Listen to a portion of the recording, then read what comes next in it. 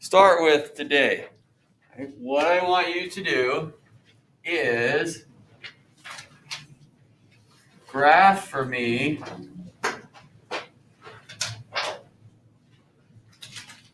the first and second derivative of this function. There's f of x. So we graphed the first derivative yesterday, or last class, right? So graph your first derivative. And then the second derivative is actually the derivative of the first derivative. So do the first derivative, and then look at what you drew for the other.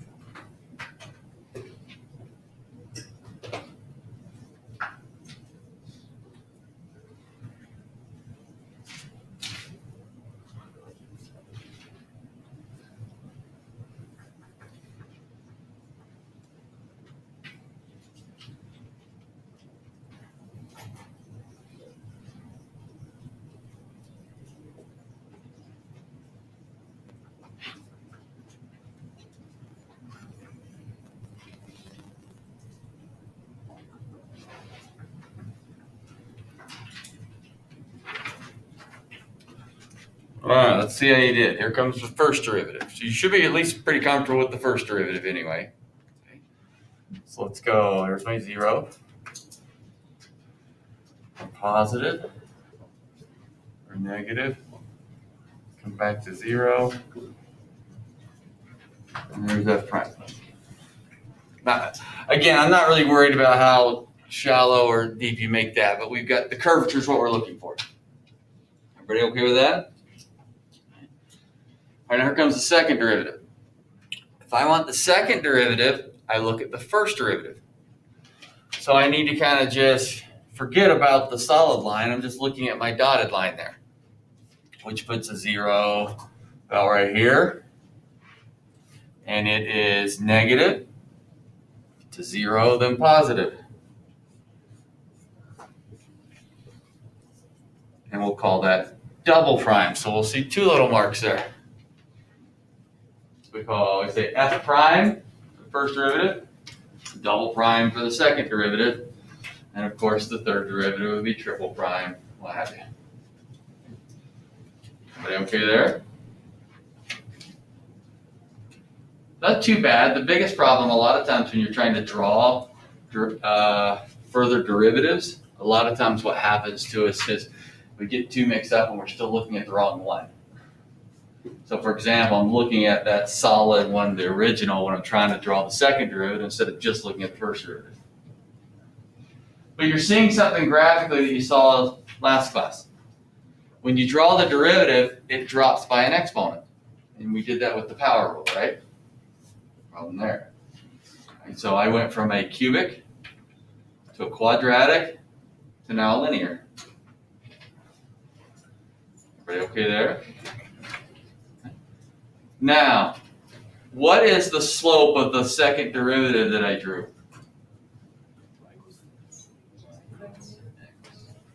It's constant what? Positive, negative, or 0? Positive. Everybody agree? Constant positive? Now I don't have any numbers on there, so I can't tell exactly how positive. We can tell it's positive, right? Everybody agree? Okay, so here comes the third derivative.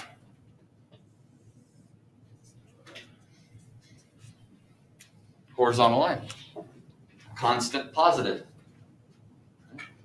Now again, I don't know exactly where to draw that horizontal because I don't have numbers to kind of see the exact slope, but we're still getting that general idea.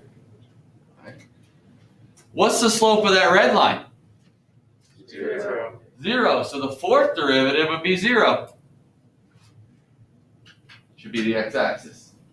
Does that make sense? Still going down by power. So in a polynomial format, let's say we had f of x equals x to the fourth. Well, I'm just giving you a different one. F prime of x, 4x cubed. Double prime of x, 12x squared. Triple prime of x, 24x. Fourth of x would be x, 24. And fifth, 0. It's just repeating the same rule over and over, right? And we go through our little marks. First derivative, we'll say prime, double prime, triple prime. Fourth derivative is really 4 prime. But usually they'll go back to our regular numbers versus the markings. A lot of that's because generally people don't know the Roman numeral for 4. Something like that. I mean, look at the clock down at the front office. It has 4 straight bars instead of an IV. Really? Because it changed through the years. So a lot of times we'll just go back to our regular ones, just so you know, but you can keep going. Now I can't go any further on that, okay? Because I got the 0 and everything else is 0, right? But if I did the sine one from yesterday, derivative of sine, cosine, derivative of cosines, negative sine, derivative of negative sines, negative cosine, derivative of negative cosines, sine, derivative of sines, cosine, it'll actually just go forever, bouncing back and forth. Okay, so polynomial ones will terminate eventually because the power keeps dropping, something like that. Okay. All right, so we look a little bit more at a higher derivative. I want you to just realize that you're just going to apply the same rule over and over and over. Okay. All right, we got 2 new rules up here on the board. Let's get those down. Product rule and a quotient rule.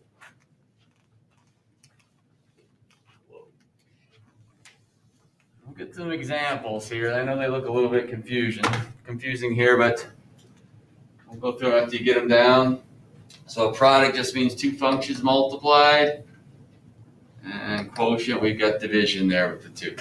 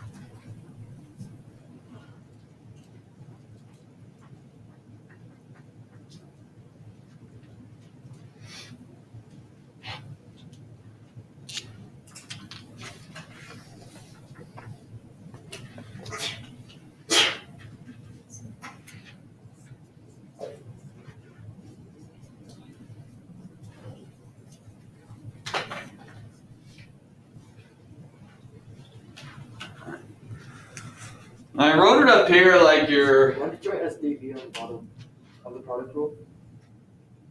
Is it what on the bottom? It's supposed to be an X. Oh, is it supposed to be a B? I think it's supposed to be an X. Oh, that's an X. Oh, okay. Sorry. Yeah, I was like, wait. X because we have X's in there.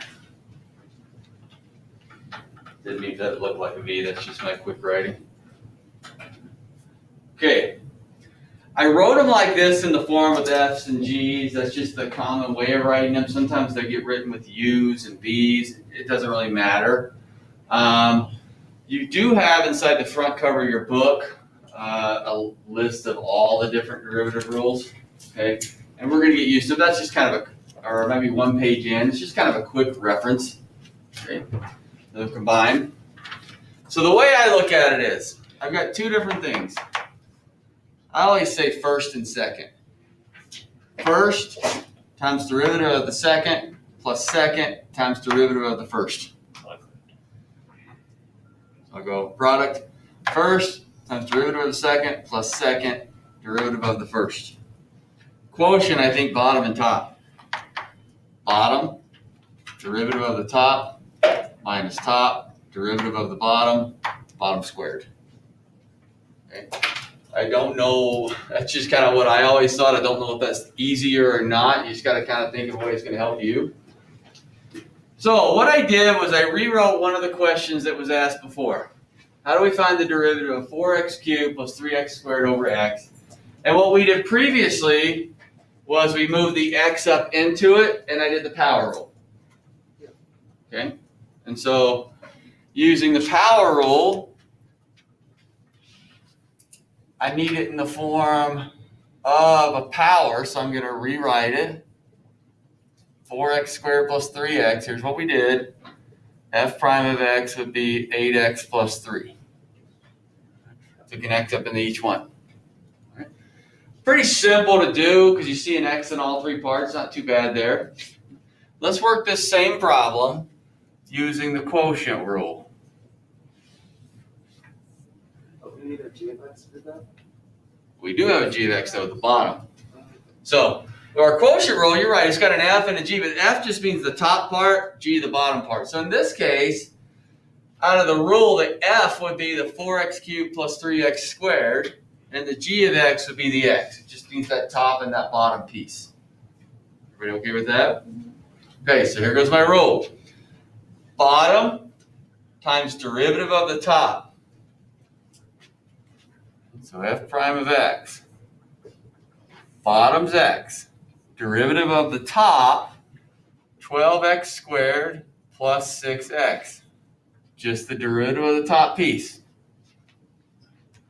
Minus the top, 4x cubed plus 3x squared, times the derivative of the bottom, 1.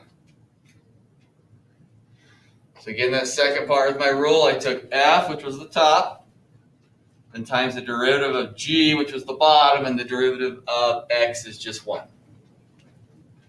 All over the bottom squared. Now the quotient rule. I don't think it's that tough to operate once you get used to it. Right now it's new. You're having to look back, figure out what goes where. That makes sense. But one of the things the quotient rule will provide is you get to do more simplifying on the back end. So up top, I can distribute the x. I can distribute the negative. So here I'd have 12x cubed plus 6x squared minus 4x cubed minus 3x squared all over x squared. I distribute the x and then distribute the negative. Now I have like terms.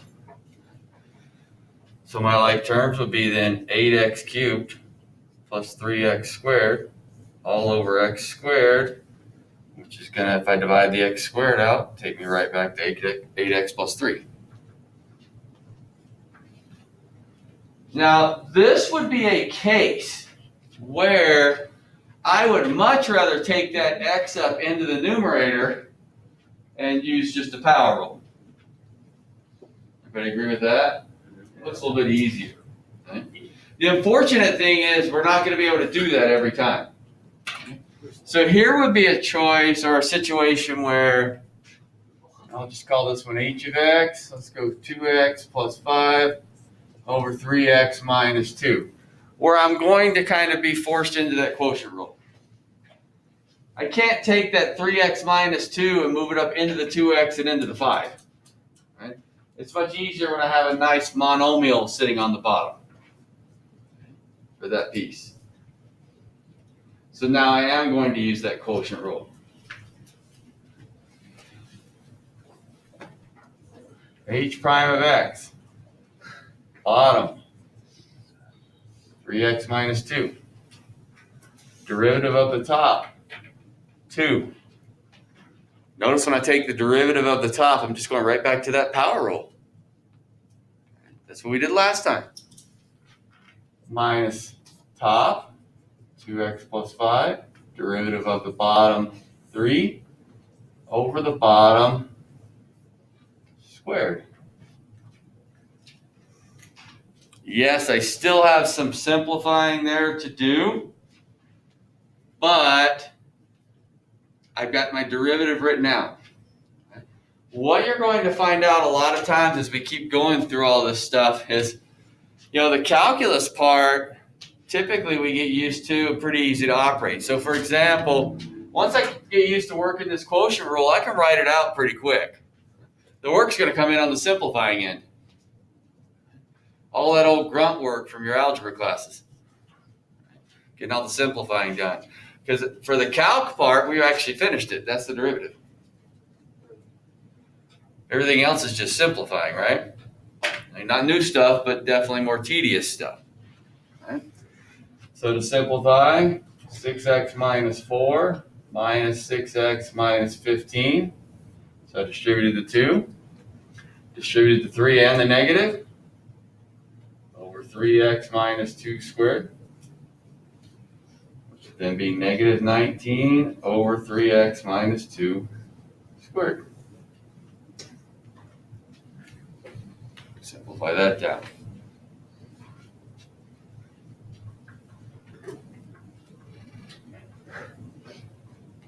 Pretty okay there.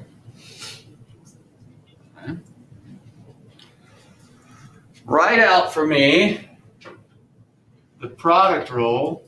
I'll call this one G of x, not product rule, quotient rule for sine x over cosine x.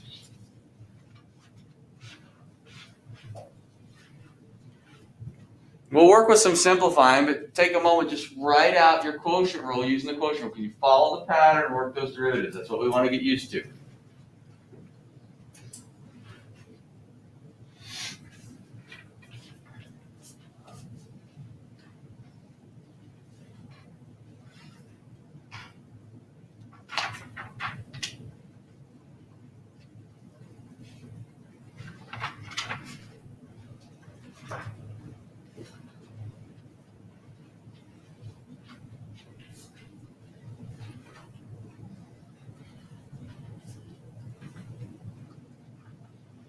Again, we'll simplify it. Just write it out in that long form, then we can make sure that's right, then we can look at simplifying.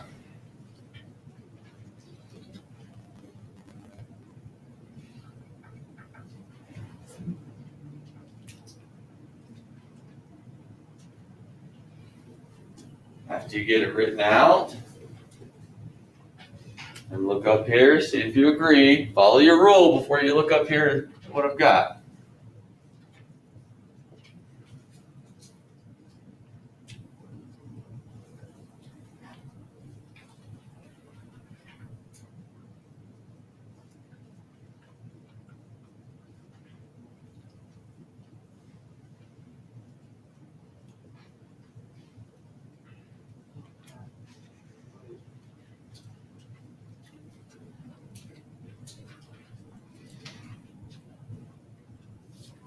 Check what I've got versus yours.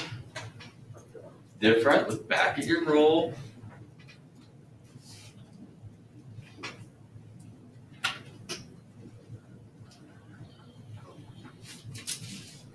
And it definitely requires you to remember two things. The derivative of cosine is negative sine, and the derivative of sine is cosine. Last thoughts, right? Okay. And I know we might still be working on those, but we're going to keep working on them and get them down. Everybody agree with what I have there so far? Yep. Okay, let's simplify this. Cosine times cosine would be cosine squared, right? Yes. Okay, so this would be cosine squared x, and then we'd have plus sine squared x. Now why plus? Negative times a negative, okay? And remember, we could have the square sitting on with parentheses on the outside like I have it in the denominator there, or I can write it inside by the trig function that you've seen before through the trig stuff, okay? Over cosine squared x, and go ahead and move that square on the inside. Now, do you see an identity up there that you remember? Yes. What? Cosine squared x plus sine squared x. Equals 1. 1, all right. Cosine squared plus sine squared is 1. All right, here's your trig question of the day. Do you remember why it's 1? No. Remember everything was based off the unit circle? Center 0, 0, radius 1. You remember cosine was x and sine was y? So cosine squared plus sine squared is 1. That's where it came from. Cosine was x, sine was y. I mean, just, I guess I should put theta there, but anyway, it doesn't matter what the variable is, but there was where it came from. You remember you had two other Pythagorean identities? You might not remember what they were, but do you remember there were two others? Watch this. Let's divide it by everything by cosine squared. I can do anything I want to in an equation as long as I do it to both sides, right? 1 plus tangent squared, secant squared. Here's the one of them. Everything comes off of this one to this. And if I go back and divide everything by sine squared, I'd have cotangent squared plus 1 is cosecant squared. Oh my gosh. That's where they came from. Both. That's crazy. So So they weren't hiding. I mean, this should have been the easiest one, or the most familiar one, I should say, than the other two. But you can definitely still find the other two if you can remember the one. Okay? Did you learn something new today? yes. All right. All right, well, let's finish that one up over there. Isn't 1 over cosine squared secant squared? Yes. Yep.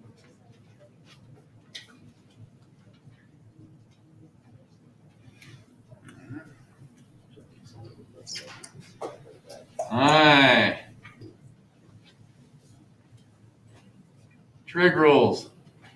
The derivative with respect to x of tangent x is secant squared x. We actually just worked that out because look at the problem over on the right side. I gave you sine over cosine. That is tangent. And we just did the quotient rule to prove that it's secant squared. Oh. Through that process. The derivative with respect to x of secant x is secant x tangent x. The derivative with respect to x, I'm just going to get the rest of them up here, of cotangent x. So we'd have cotangent would be negative cosecant squared x. And the derivative with respect to x of, what am I missing? Cosecant x. If I had cosecant x, I would have negative cosecant x cotangent x. Now we're not going to take the time here to prove them all. We can look through one or two of them if you want, or you want to look at it later, we can, but these are still quotient rules. Because remember, secant was 1 divided by cosine. So if I set up 1 divided by cosine and followed through the quotient rule, I would end up with a secant tangent.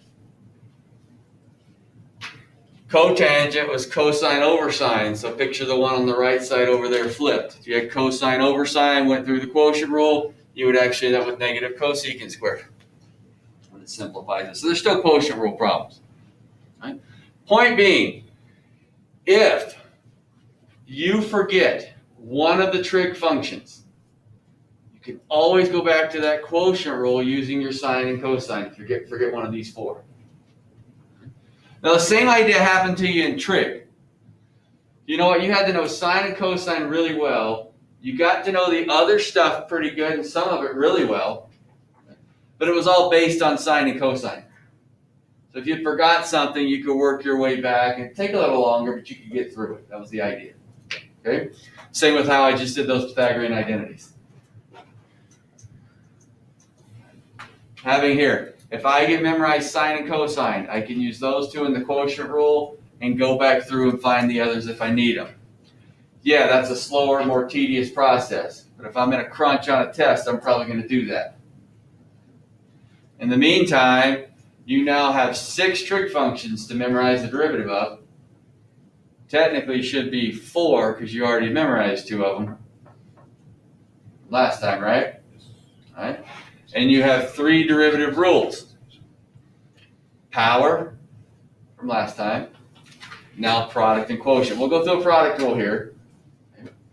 Get that in there. But 3 different rules for your functions. Power, product, quotient, and your 6 trig functions. All right? And we'll keep working with those. We're going to see, and they're going to keep coming back over and over and over for those pieces. Well, let's look at a product rule.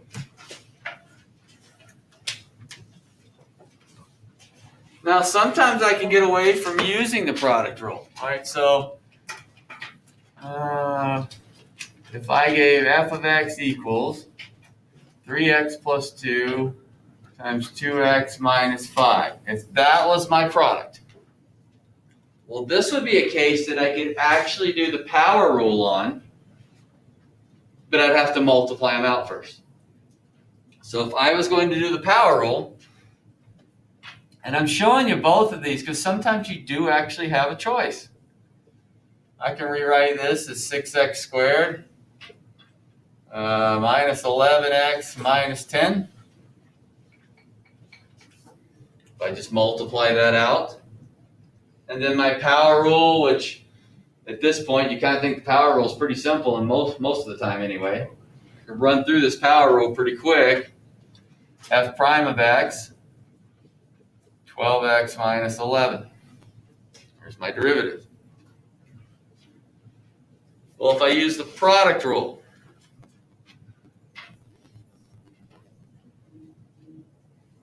when I use the product rule, remember, I'm thinking of 2 things being multiplied. So I'm thinking, hey, that's the first, or f of x in my rule over here, and this is the second one, or my g of x in the rule over here. Okay, there's my 2 pieces. So product rule, f prime of x. First, 3x plus 2. So I've got first, then derivative of the second. The derivative of the second is 2, plus second, 2x minus 5, and derivative of the first is 3. The product rule, like the quotient rule, is usually going to involve some simplifying a lot of times. And here I can distribute the 2, distribute the 3. So I can get 6x plus 4, not equals, plus 6x minus 15. And there's your 12x minus 11. Which one's easier? I personally think that the power rule is easier than the product or the quotient. You probably think the same thing. And if I can simplify something to make a power, I'm going to do that. Okay? Like I would, of course, multiply that out. So I could use the power rule. You know, if I started with a function like this, let's go 3x, you don't need to write this down, 3x plus 2 squared. Yeah, for me personally, I'm probably going to multiply that out versus doing some kind of product rule or something like that where I write them twice. Let's go to the 5th. No way in the world am I going to multiply that out. That's a lot more work on the simplifying end before I go to the power rule. So you have some things there to decide sometimes. There are other times when you have no choice. Here's one where you have no choice. I'm going to be forced into a product rule. It's going to go, we'll go 5x cubed times the sine of x. I mean, that's a definite product. I got 5x cubed as the first piece. Sine x is the second. There's no way they can be combined and just go to a power rule. I'm forced into the product rule here. So I'm thinking of a product being this guy, 5x cubed, times this guy, sine x. There's my product piece. So then I'll write out my product rule. Why would it be negative cosine? No. Well, I haven't done the derivative yet. Okay. I'm just showing you these are my 2 pieces. Oh, okay. You're right. The derivative of that will actually be positive cosine. Yeah. But yeah. So we're going to say here's f prime. First, 5x cubed times derivative of the second, cosine x, plus second, sine x times the root of the first, 15x squared. I have no other option there but the product rule at this point. There's not much I can do for simplifying. I mean, I can get rid of the parentheses, 5x cubed cosine x plus 15x squared sine x. I could, I suppose, factor out a 5x squared. That would give me x cosine x plus 3 sine x, but I don't know if that really looks any simpler, but that's about all I can do. And the answer above is just fine also. So on your homework, you're going to work this product rule, quotient rule. If you've got one you can combine, of course you can go back and do power rule, but practice that product and quotient. Right? These are our 9 primary rules. Power, product, quotient, 6 trig functions. Okay? And power, product, quotient will show up all the time with, like that last one, a trig function mixed in.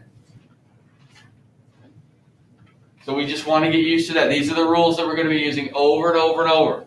So when you're going through your assignment, yeah, I fully expect you to look back at these guys, have them handy, look back at these, follow it. You follow it enough times, you have it down. The power rule is just a lot easier. They're quicker to go through.